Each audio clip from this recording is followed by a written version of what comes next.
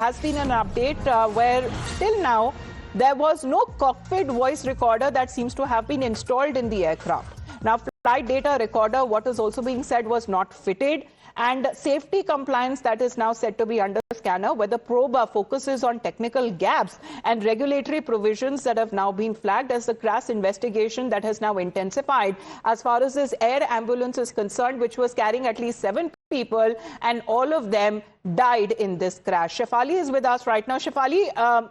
isn't it something that has to be done as far as how will they actually find out the cause behind the crash if there is no cockpit voice recorder, or when it comes to the essentials there which are actually needed to be installed in every aircraft?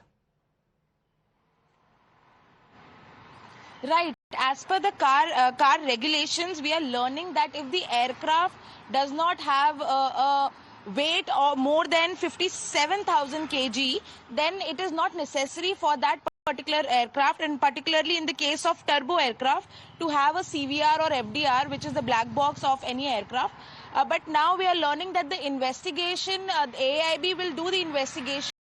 through the ATC, whatever recording ATC will have, whatever communication ATC will have, through that the investigation will go on further. So now we are learning that this particular aircraft, which is the Beechcraft C-90 twin turbo aircraft, did not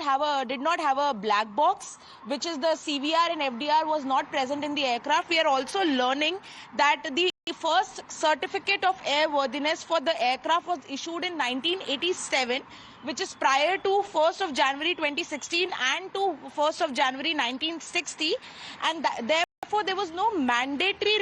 regulatory requirement for installation of cockpit voice recorder or flight data recorder on this aircraft at the time of original certification.